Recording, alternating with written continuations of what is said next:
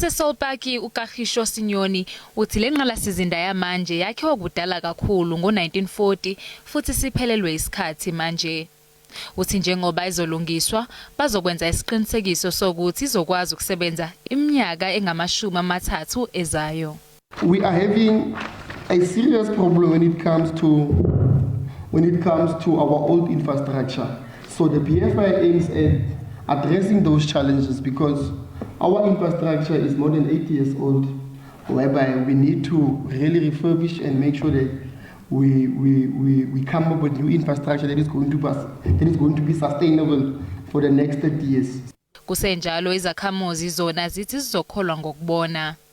Unfortunately, I don't believe that the municipality will really create something for us to resolve this issue of the water.